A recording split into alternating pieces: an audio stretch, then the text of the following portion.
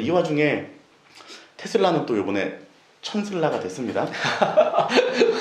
저는 이제 전 솔직히 일론 머스크가 그렇게 천재라고 생각하진 않거든요. 천재라고 생각하지 않아요. 네. 왜냐하면 우리가 알고 있는 뭐 아마존의 제프 베이조스, 네. 제프 베이조스나 아니면은 애플 스티브 네. 잡스나 예. 이제 이런 천재과랑은 난 좀 결이 다르다고 생각을 하거든요. 그래서 걔네는 없는 걸, 그러니까 무에서 유를 창조해서 기업을 키운 스타일이라면 얘는 그냥 굉장히 시대의 흐름을 잘 타서 그냥 운이 좋은 케이스, 그리고 미국에서 전기차를 밀고 있기 때문에 빵빵한 자본력을 바탕으로 사실 돈이 너무 많이 들어갔잖아. 적자도 엄청 심한데. 그렇죠. 근데 약간 천재과라는 애보다는 그냥 컨셉이 좋은 애를 돈으로 밀어서 약간 키운 것 같은 느낌도 있어요. 내가 볼 때. 그러니까 세계 최고의 부자가 됐지만 요번에 그 정도는 아니라는 거지. 물론 똑똑은 해. 똑똑은 하지만 아까 얘기했던 아마존이나 애플처럼 똑똑하냐? 난 그렇게 생각하지 않거든요. 글쎄요, 저는 천재인 것 같은데. 아, 그래요? 예.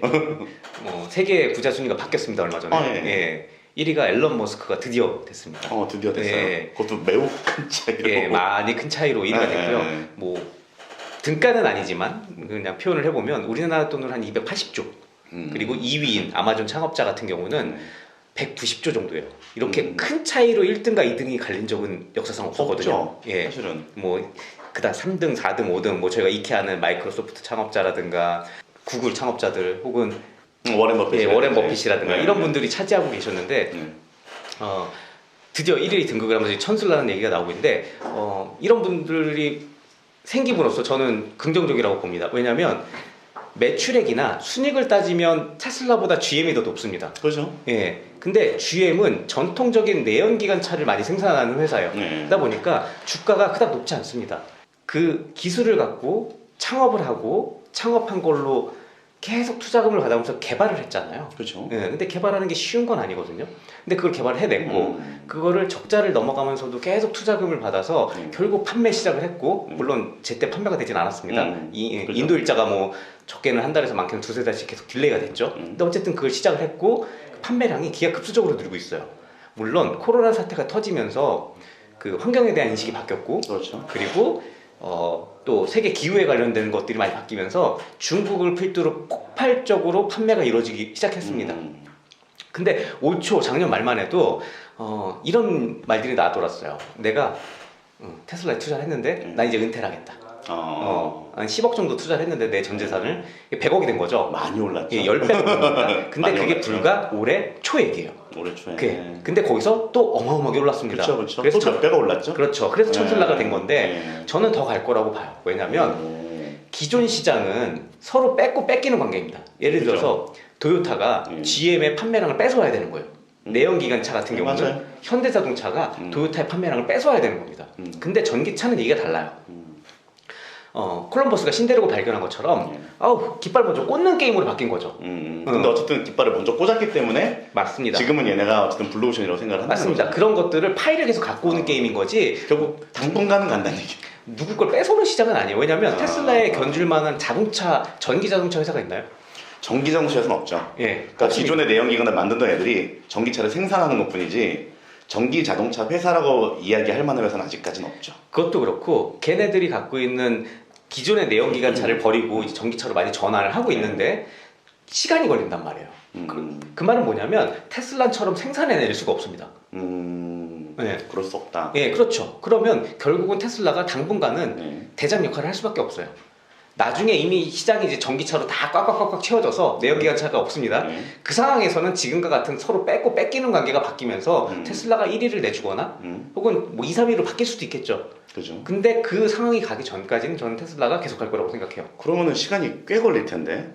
그게 결국에는 지금 내연기관을 만드는 회사들이 거의 100%, 뭐 100%까지는 아니래도 적어도 7, 80% 이상 전기차를 생산하는 시대가 와야 된다는 얘기인데 네.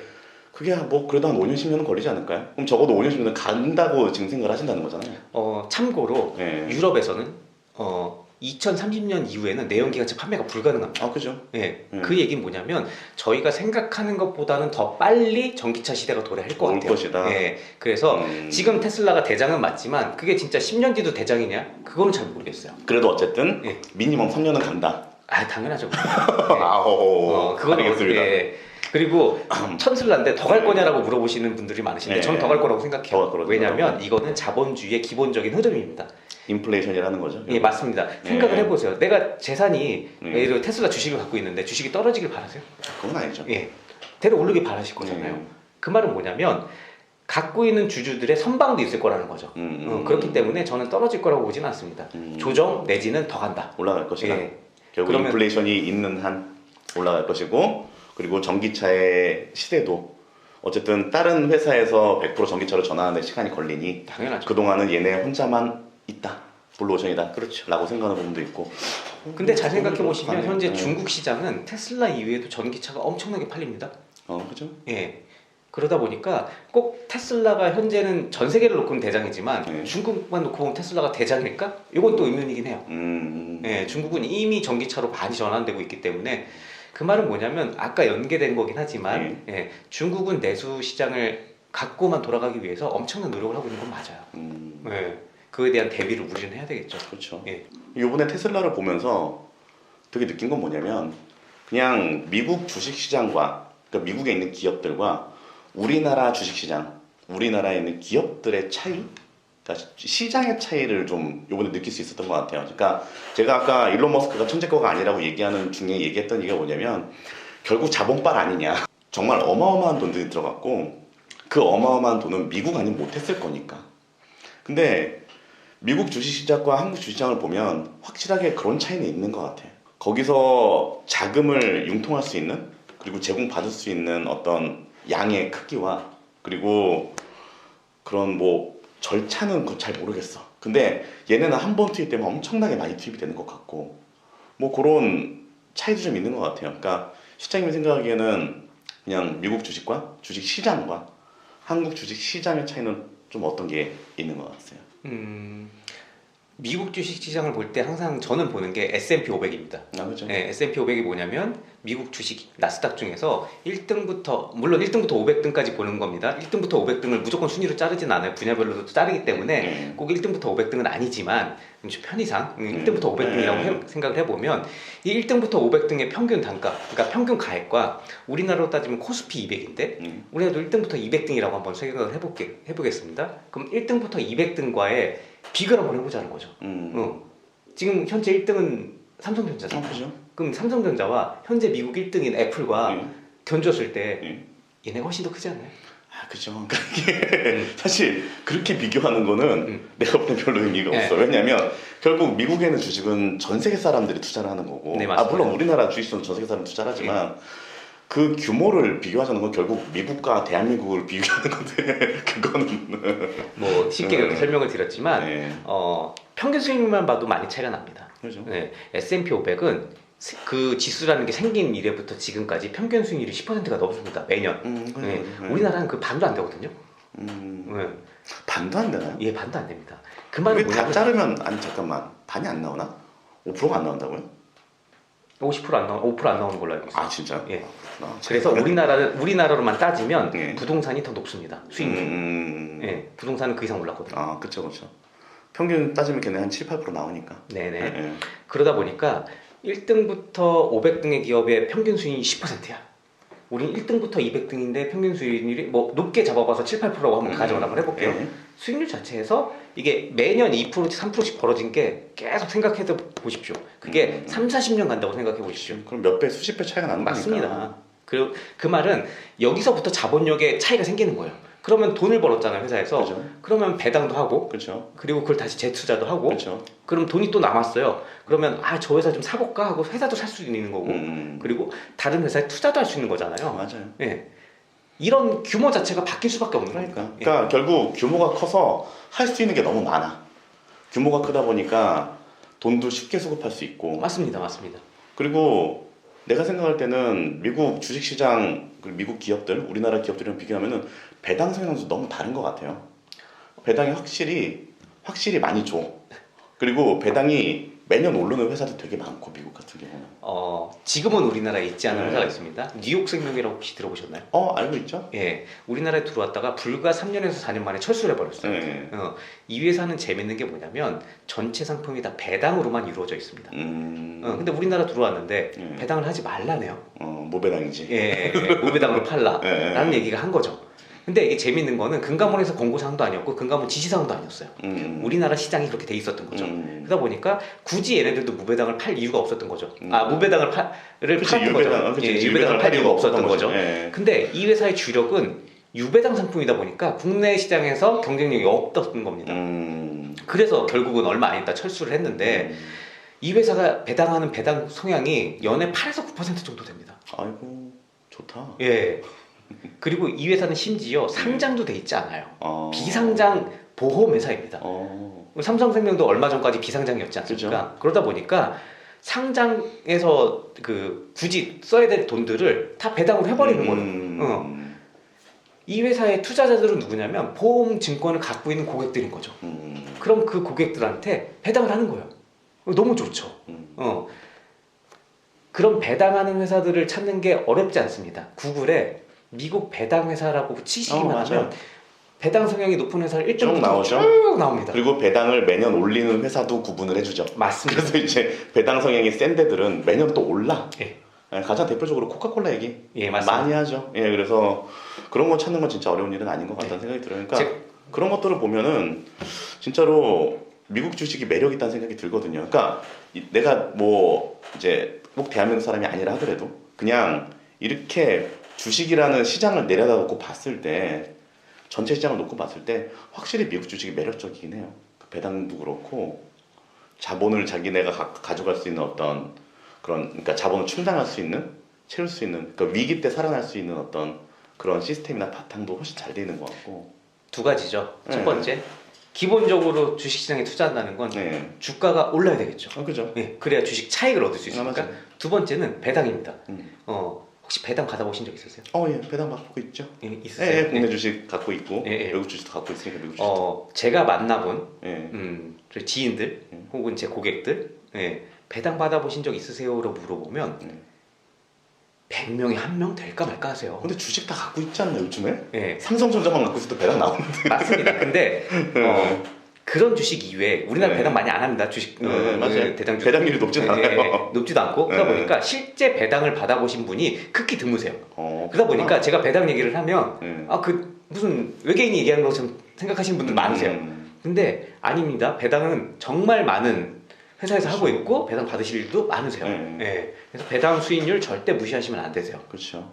그리고 2천만 원까지 분리과세잖아요. 네, 맞아요. 좋아요. 굉장히 좋습니다. 그래서 미국 주식 하는 거 굉장히 추천드리고 있고 배당 성향 자체가 워낙 높아요. 그리고 매년 그렇게 올라가는 걸 보면은 굉장히 매력적이라는 생각이 분명히 들 거라고 생각을 해요. 그리고 미국 주식을 하다 보면은 또 놀란 것 중에 하나가 얘네는 공시가 되게 잘 돼 있어. 맞습니다. 가디언스라 그러죠. 그러니까 뭐 가디언스만 잘 봐도 걔네 또 그게 되게 자주 나오잖아. 우리나라처럼 무슨 뭐 1년에 한 번 내지는 뭐 어쩌다 한 번 나오는 게 아니라 뭐 주총하고 나오는 게 아니죠. 그러니까 무슨 얘는 분기별로 가디언스가 나오기도 하고 그리고 그것만 잘 봐도 굳이 내가 어떤 애널리스트 자료를 보지 않아도 될 정도로 자료가 잘 나와. 그러니까 투자하는 사람 입장에선 당연히 그렇게 자료가 잘 나오고 공시를 많이 하기 때문에 손이 가는 거예요. 어쩔 수가 없어. 좀 그런 차이도 있는 것 같아요. 그래서 여러 가지 이제 뭐 차이점 아니면은 우리나라 주식시장과 많이 비교를 해보지만 확실히 차이가 있긴 있어요. 이쯤에서 제가 좀 정리를 해줘봐 드리면 미국 주식시장은 저는 두 가지 측면에서 괜찮다고 생각을 합니다. 첫 번째, 더 많이 오른다. 더 많이 오른다? 이거 되게 위험한 발언 아닌가? 더 많이 오른다. 천슬라 보면 보이시지 않으세요? 그렇죠. 뭐 아무튼 이거는 제가 하는 얘기가 아닙니다. 이분이 하는 얘기예요. 윤장이 하는 얘기입니다. 같은 기간이면 더 많이 오른다. 왜냐하면 자본이 많기 때문이에요. 두 번째, 배당은 덤이다.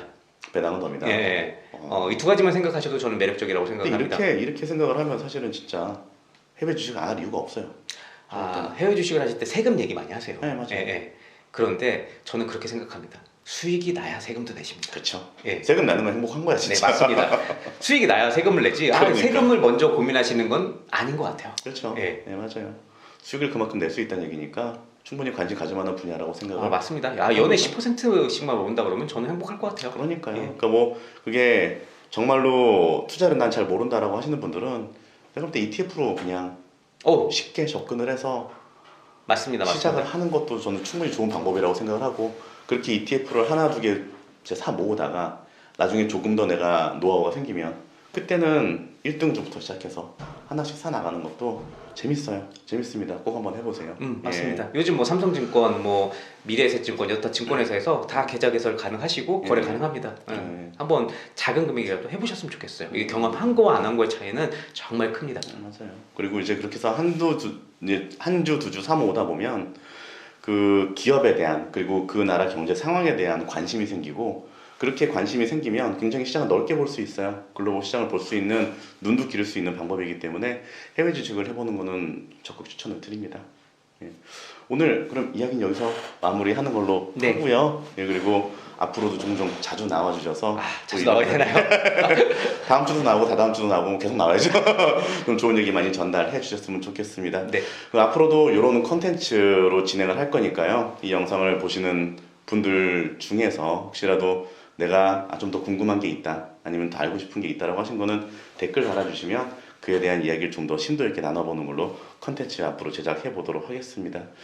제가 항상 그 유튜브를 하면서 했다 안 했다 했다 안 했다 되게 많이 반복을 했어요. 근데 초두에 말씀드렸던 것처럼 되게 제 머릿속에서 혼자 생각해서 나올 수 있는 컨텐츠에는 한계가 있더라고요. 그래서 이제 다른 분들이랑 협업을 해서 더 좋은 컨텐츠를 만들어낼 예정이니까요. 앞으로도 지켜봐 주시고 또 좋아요, 구독, 그리고 댓글 많이 부탁드리겠습니다. 오늘 영상은 여기서 마치겠습니다. 감사합니다.